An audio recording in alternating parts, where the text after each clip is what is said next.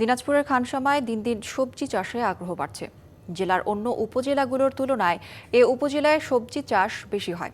বছরের 3টি মৌসুমে প্রায় 2,420 হেক্টর জমিতে সবজি চাষ হয়। সবজি উৎপাদনের পরিমাণ বছরে প্রায় 51,000 মেট্রিক টন। দিনাজপুরের খানসামা উপজেলার মাটি সবজি চাষের জন্য খুবই উপযোগী।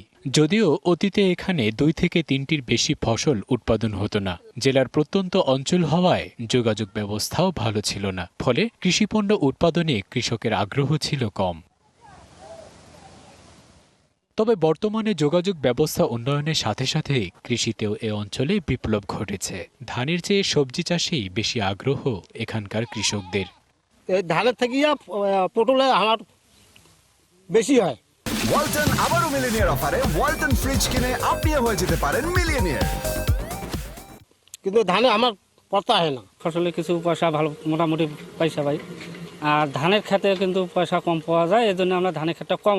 করলা, বেগুন, পটল, লাউ, শিম, ঝিঙ্গা, চিচিঙ্গা, শসা ও চালকুমড়া সহ অন্যান্য সবজি ঢাকা সহ দেশের বিভিন্ন অঞ্চলে চলে যায়। কৃষকরা বলছেন, ধানের চেয়ে সবজি চাষে তারা অধিক লাভবান।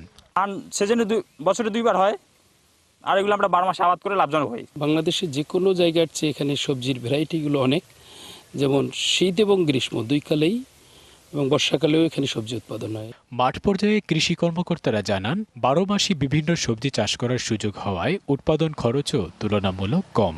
অন্যান্য ফসলের চেয়ে তুলনামূলক সবজি ফসলটার আবাদ বেশি, কারণ এখানকার কৃষক এবং মাটি, সেই সঙ্গে আবহাওয়া আমাদের কৃষি উৎপাদনের সবজি বিশেষ করে, তো এখানে সবজিটা 12 মাস করতে পারে, সেই সঙ্গে উৎপাদন খরচও তুলনামূলকভাবে কম। উপজেলা কৃষি কর্মকর্তা জানান, বছরে প্রায় 51,000 মেট্রিক টন সবজি উৎপাদন হয়, যা পরিবহনের মাধ্যমে দেশের বিভিন্ন অঞ্চলে চলে যায়। DBC news desk.